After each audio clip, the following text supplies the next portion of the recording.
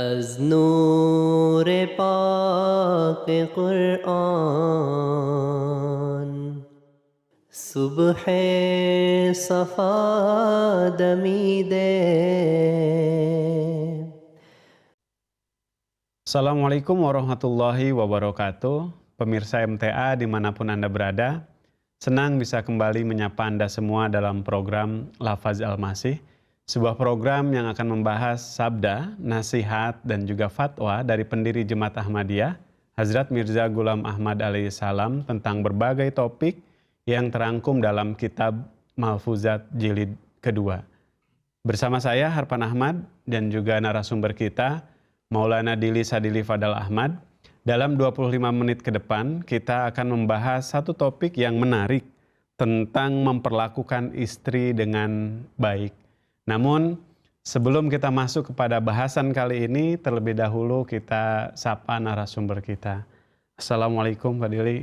Waalaikumsalam warahmatullahi wabarakatuh. Gimana Pak kabar hari ini? Alhamdulillah. Alhamdulillah. Sehat. Baik Maulana, tadi sudah disampaikan bahwa bahasan kita kali ini adalah tentang memperlakukan istri dengan baik. Iya. Namun sebelumnya saya akan bacakan terlebih dahulu sabda dari Hazrat Masih Maud alaihissalatu wassalam terkait dengan bahasan kita kali ini. Di mana Hazrat Masih Maud alaihissalatu wassalam bersabda tentang memperlakukan istri dengan baik. Selain hal-hal yang amoral atau tidak bermoral, segenap sifat yang kurang baik dalam hal yang tidak mengenakan dari perempuan atau istri, hendaknya ditanggung saja menurut pendapat saya. Termasuk sebagai suatu hal yang tidak bermalu apabila seorang laki-laki berkelahi dengan perempuan. Allah telah menjadikan kita sebagai laki-laki. Sebenarnya atas diri kita terdapat anugerah yang sempurna. Cara mensyukurinya, kita harus memperlakukan kaum perempuan atau para istri dengan lemah lembut. Satu kali ada pengaduan bahwa seseorang telah berlaku kasar kepada istrinya. Kemudian Hazrat Masih Maud alaihissalatu wassalam bersabda, orang-orang kita hendaknya jangan berbuat begitu. Terdapat dalam Malfuzat Jilid kedua halaman 1 sampai dengan 2. Demikian tadi Maulana sabda dari Hazrat Masih Maud alaihissalatu wassalam tentang memperlakukan istri dengan baik. Namun tentu dalam kehidupan suami istri ini adanya perselisihan memiliki sebab-sebabnya karena tidak mungkin ada suatu pertengkaran, keributan yang kemudian tidak ada sebab . Nah, perselisihan antara suami istri ini seringnya terjadi disebabkan oleh ketidakmengertian mereka akan hak dan juga tanggung jawabnya masing-masing. Maka bagaimanakah penjelasan dalam Islam terkait hak dan tanggung jawab baik istri maupun suami, Maulana? Mangga. Iya. Assalamualaikum warahmatullahi wabarakatuh. Waalaikumsalam warahmatullahi wabarakatuh. Hadrat Masih Maud alaihissalam di dalam Malfuzat di jilid-jilid yang lain, beliau juga pernah menjelaskan mengenai hak serta kewajiban seorang istri terhadap suami. Sejatinya seandainya ini dirinci satu persatu, banyak sekali kewajiban istri terhadap suami dan juga sebaliknya kewajiban seorang suami terhadap istri. Ini ada dua, ada hak dan ada kewajiban. Artinya kalau hak yang ia terima, kewajiban yang harus dia tunaikan. Ketika dia sudah diikat oleh sebuah ikatan yang namanya akad. Kan di Islam itu kalau seorang perempuan yang sudah diikat oleh ikatan akad, maka namanya berubah menjadi seorang istri. Seorang perempuan yang diikat oleh ikatan akad namanya jadi istri. Seorang laki-laki yang telah mengikat terhadap seorang perempuan dengan ikatan akad namanya suami. Nah, masing-masing ini oleh Allah diberikan haknya dan diberikan kewajiban. Nah, salah satu dari kesimpulan yang begitu banyak hak kewajiban seorang istri sebenarnya cuma satu yang paling ditonjolkan oleh Allah dan Rasulullah SAW, yaitu seorang istri itu hanya kewajiban yang paling utama dan pertama adalah taat terhadap suaminya. Gitu. Nah, adapun seorang suami, kewajiban terhadap istri yang pertama adalah dia memberikan mahar. Ketika dia mengikat dalam sebuah akad, maka menjadi sebuah kewajiban seorang laki-laki untuk memberikan mahar. Dia tidak boleh laki-laki mengikat seorang perempuan tanpa mahar. Di dalam Islam tidak dibenarkan. Nah, yang pertama ada mahar. Maka mahar ini sebuah ikatan yang sangat krusial bagi seorang laki-laki dan perempuan. Yang salah satu maksudnya adalah agar tidak terjadi sebuah perceraian. Maka di Islam mahar itu harus sesuatu yang punya nilai dan punya harga. Ya kita ambil contoh di dalam Al-Quran. Mahar bagi seorang laki-laki ketika mau menikahi seorang perempuan, contohnya Nabi Musa AS.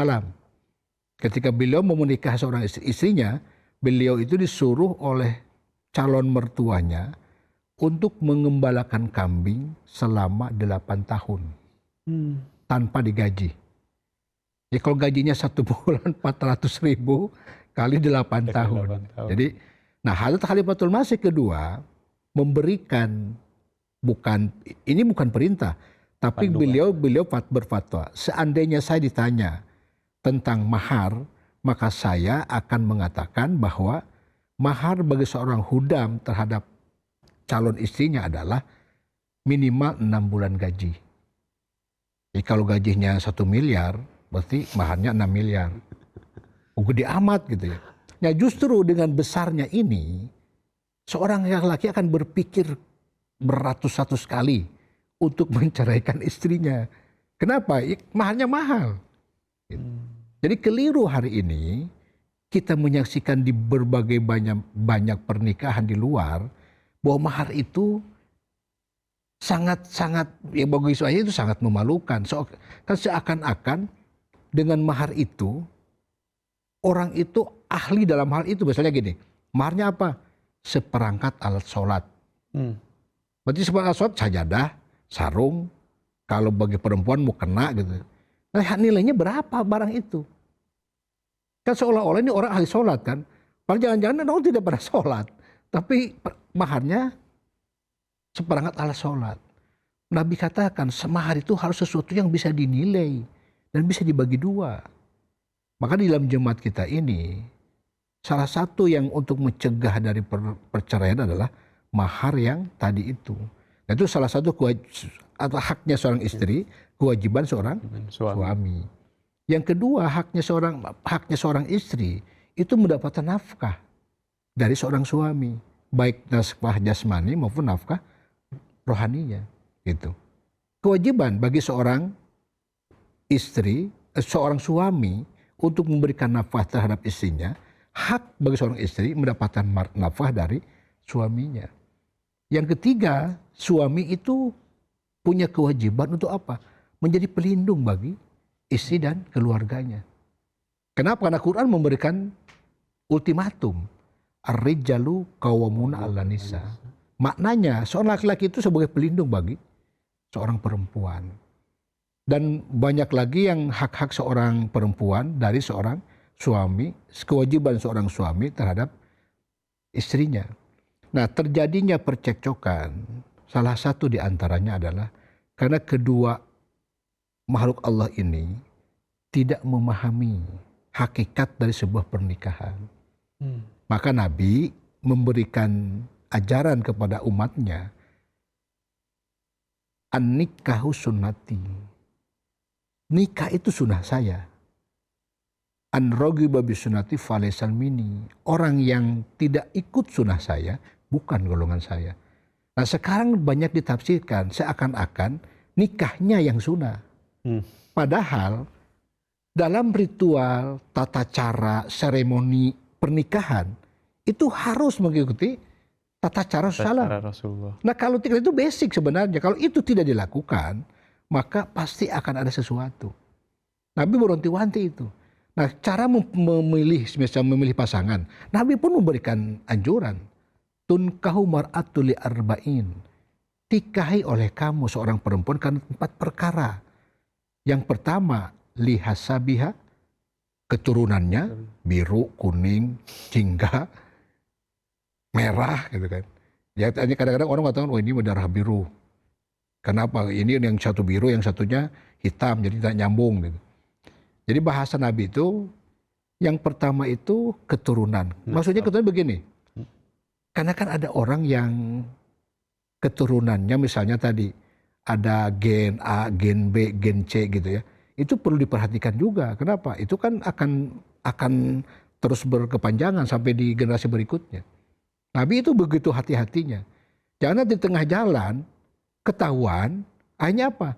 Sudah anak, sudah cucu banyak, akhirnya terpecah hanya gara-gara baru ketahuan. Oh ternyata ini orang gennya punya bawaan penyakit gula, misalnya penyakit asma atau apa gitu. Seperti itu. Jadi artinya apa? Dari situ pun Rasulullah memberikan arahan sedemikian luar biasa agar semua tujuan pernikahannya tercapai. Yang kedua kan lijamaliha, kecantikannya. Itu maniscaya lah seseorang menikah itu kenapa? Karena bagi dia istri yang dinikah itu pasti cantik. Menurut dia, walaupun itu relatif kan. Setiap orang menilai itu bermacam-macam. Tetapi Nabi mengakomodir bahwa kecantikan, ketampanan, kegantengan itu adalah salah satu fitrah dari setiap laki-laki dan perempuan. Nah yang ketiga, liha, hartanya. Jadi artinya keturunannya bagus, parahnya cakep, berharta pula. Jadi itu keniscayaan semua kan. Semua orang pasti itu yang dicari. Tetapi ternyata Nabi memberikan solusi yang terakhir. Dan itu yang paling harus diingat oleh kita. Fadfur bidatidin, kata Nabi. Ambil, pilih oleh kamu yang bagus agamanya. Supaya apa? Taribat yadaka. Tanganmu tidak terpercik lumpur. Jadi kalau ada yang satu, yang dua, yang tiga ada. Sampai yang ketiga itu betul-betul luar biasa anugerah Allah Subhanahu wa taala. Jadi kalau yang tiga tidak ada, tentu yang ini pilihan terakhirnya. Makanya di jemaat kita kan kenapa Hudam harus dengan LI? Kenapa? Karena kita tahu latar belakang tarbiyatnya.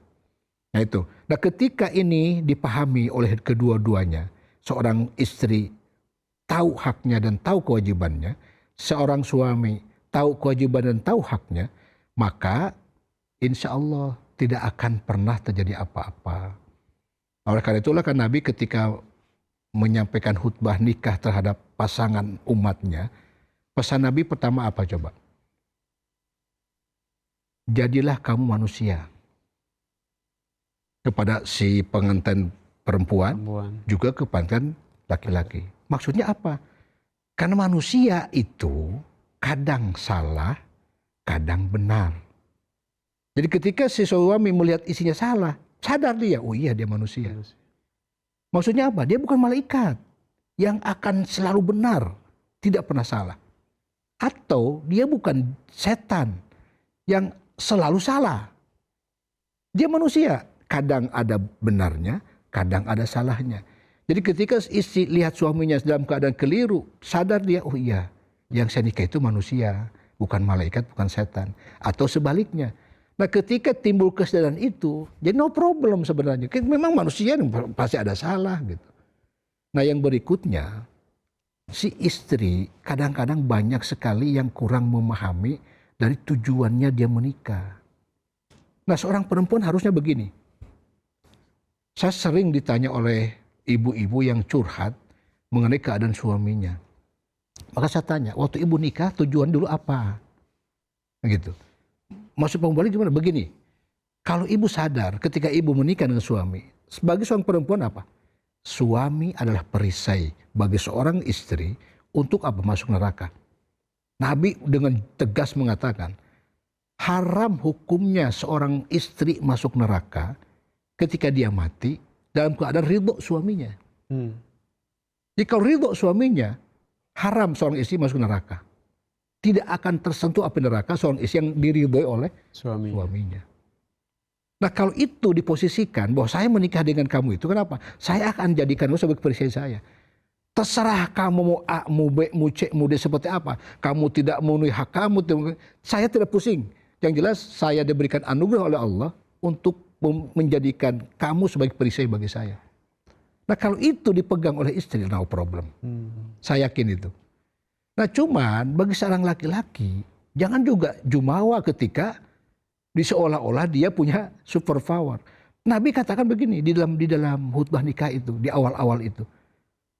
Man akroman nisa'i ilal karim. Bagi seorang laki-laki yang selalu memuliakan seorang perempuan, dia adalah laki-laki yang mulia.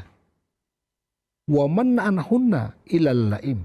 Tapi bagi seorang suami atau laki-laki yang selalu memperlakukan perempuan dengan buruk, maka itulah laki-laki terhina. Seorang laki-laki akan sangat terhina di hadapan Allah dan para malaikatnya ketika dia selalu menghinakan atau merendahkan seorang perempuan. Nah tadi cukup jelas Mas Imur menjelaskan bahwasanya memang benar perempuan itu punya sifat jelek. Bahkan dikatakan oleh beliau amoral. Hal-hal yang tidak mengenakan. Itu benar dari kata-katanya, dari tindakannya, dari segala macamnya. Tapi beliau kata apa? Saya berpendapat tanggung ajalah dengan penuh ketabahan dan kesabaran. Kenapa? Menjadi sesuatu yang sangat memalukan apabila seorang suami berkelahi dengan seorang perempuan. Gitu. Makhluk yang sebegituan, kita anggap dia makhluk lemah kan. Ini yang menurut saya keliru orang menilai. Dikatakan perempuan itu makhluk lemah. Padahal makhluk yang paling kuat.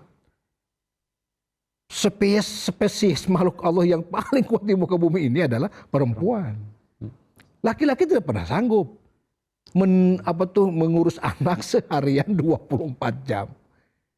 Digendong setiap hari dalam keadaan nyuci, nyetrika, masak, nyuci piring. Gitu. Makanya saya bilang, selalu saya katakan, seorang istri itu hanya satu kewajibannya untuk laki-laki. Terus masak kewajiban suami. Mencuci suami punya kewajiban. Menyetrika suami punya kewajiban. Ngurus rumah itu kewajiban suami. Bukan. Istri itu hanya kewajibannya taat terhadap suaminya. Jadi ketika suaminya bilang nyetrika, ya nyetrika kan. Kan taat. Jadi sebenarnya itu yang harus dipahami. Gitu. Nah itu Pak. Baik Maulana. Jadi sangat jelas tadi ya beberapa poin. Misalkan cara Islam ya kemudian untuk menjaga suatu hak perempuan dan juga menjaga pernikahan tadi ya. Baik secara tanggung jawab dan hak suami istri ataupun dari sunnah-sunnah Rasulullah SAW dengan cara mencari pasangan dengan kriteria-kriteria tadi itu sebagai suatu penjagaan bagi hubungan pernikahan. Baik Maulana, kita lanjut ke bahasan berikutnya bahwa di zaman sekarang ini ya di mana disebut sebagai zaman yang modern kemudian muncullah tuntutan-tuntutan ya kesetaraan hak dan lain sebagainya. Ini juga menjadi problem dalam suatu rumah tangga ya. Maka bagaimana tuntunan kesetaraan hak wanita ya dan bagaimana pandangan Islam terkait dengan hal ini? Iya. Jadi saya teringat kembali sunnah Nabi Muhammad SAW ketika menghadapi sebuah pernikahan. Maka rukun pertamanya kan di akad itu adalah khutbah nikah. Nah, dalam setiap khutbah nikah, Rasulullah SAW selalu mengutip, tidak pernah tidak mengutip ayat surah An-Nisa ayat yang pertama itu. Sejatinya ayat ini adalah ayat yang bercerita tentang kesetaraan antara laki-laki dan perempuan. Allah Ta'ala berfirman, A'udzubillahi minasyaitonirrajim, ya ayuhan nasu taqu rabbakumul ladzi khalaqakum min nafsin wahidah wa khalaqakum minha zawjaha wa basa rijan katsiran wan nisa wattaqullaha alladzi tas'aluna bihi wal arham innallaha kana 'alaikum raqiba. Nah, ayat ini sejatinya adalah cerita tentang kesetaraan pertama dari seorang perempuan dengan laki-laki. Di hadapan Allah itu, seorang laki-laki dengan perempuan sama-sama punya hak dan sama-sama punya kewajiban. Yang pertama, seorang perempuan punya hak untuk menjadi seorang yang beramal soleh yang sama. Dia berhak untuk beribadah dengan tata cara yang sama. Menjadi seseorang yang bertakwa dan mutaki itu hak yang sama dengan laki-laki perempuan. Tidak dibedakan. Yang kedua, seorang perempuan punya hak untuk mencari, memiliki, dan menyerahkan harta. Perempuan punya hak untuk menerima, untuk memiliki, dan untuk berinfak. Jadi tidak ada begini, istri mah tidak perlu, tidak kewajiban untuk mencari, tidak ada. Infak bagi semuanya sama-sama dari Allah Ta'ala. Nah yang ketiga, seorang istri yang dikatakan tadi kesetaraan atau emansipasi itu, ya jangan salah kaprah. Itu maksudnya bahwa sama-sama hak untuk beriman, sama-sama hak untuk beramal soleh, sama-sama hak untuk menentukan cara ibadahnya. Itu hak sama-sama dengan laki-laki. Yang kedua, hak seorang perempuan untuk menerima, untuk memiliki, dan untuk memberikan harta yang Allah anugerahkan kepadanya.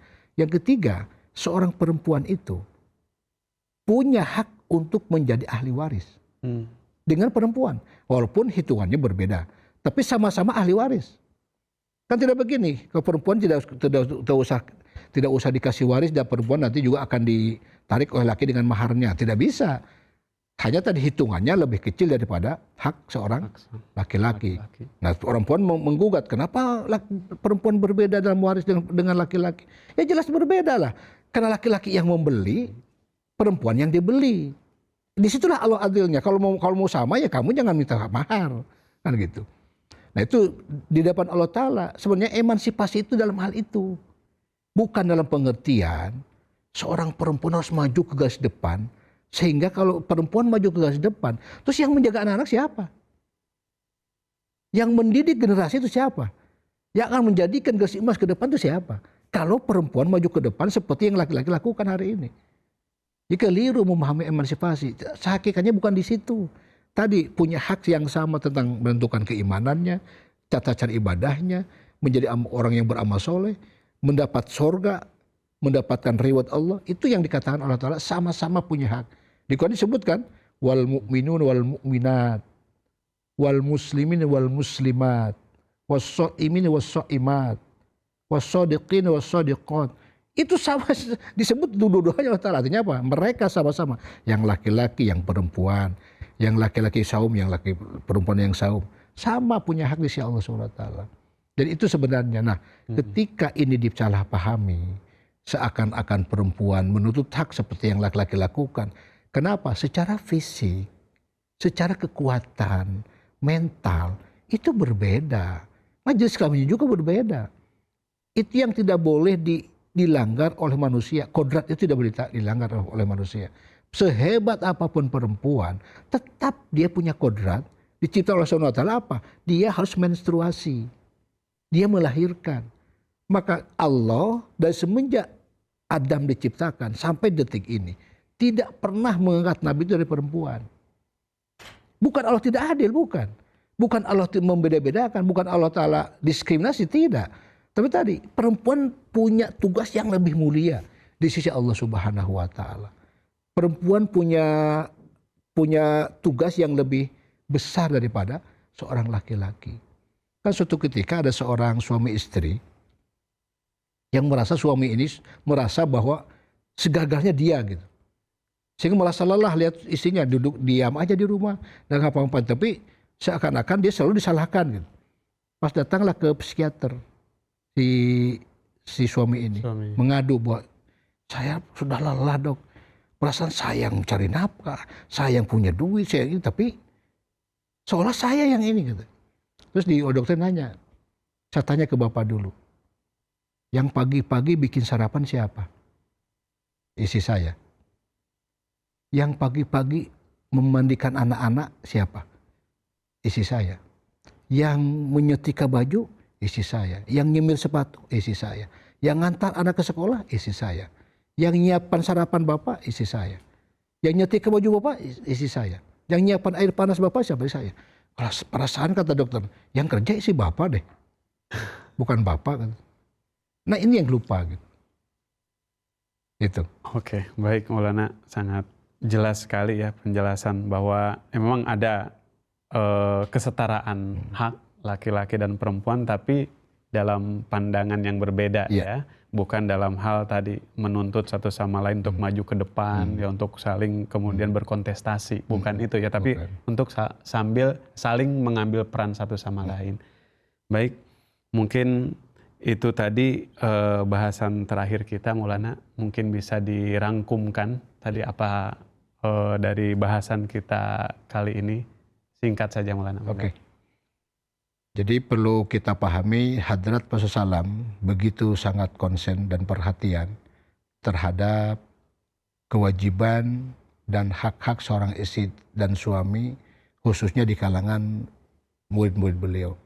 Karena memang banyak fenomena di luar, terjadi sesuatu gap antara mereka karena ketidakpahaman mendudukkan posisi sebagai suami dan sebagai istri. Sebagai kesimpulan, ini bukan bahasa Masih Maud ya, ini bahasa saya, bahwasanya kalau kita mau memahami, insya Allah rumah tangga ini akan aman, bahwa kita mesti tahu suami. Siapa itu suami? Setia untuk amanah menjaga istri. Istri supaya nyaman bagi suaminya, istri istana suami tempat rahmat ilahi. Jadi match tuh. Jadi kalau suaminya sebagai penjaga amat bagi istrinya, istri sebagai istana bagi suaminya, kan tidak akan pernah jadi konflik. Istana coba ini gitu. Nah ini seorang penjaga. Yang sangat amanah. Gitu. Ibu SAW mengatakan tadi, keburukan, moral perempuan yang buat kita jengkel, maka beliau katakan tanggung itu. Kenapa? Karena kita dianugerahkan Allah SWT sebagai laki-laki yang dengan segala kesempurnaannya, untuk ungkapan syukur kepada Allah SWT atas kesempurnaan itu, maka apa? Berlaku lemah lembutlah kamu kepada perempuan.